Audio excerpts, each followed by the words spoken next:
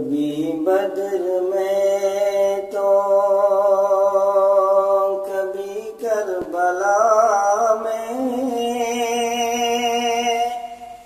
कभी बद्र में तो कभी करबला में, जहाँ हुक्म होगा ठहरना पड़ेगा। कभी बद्र में तो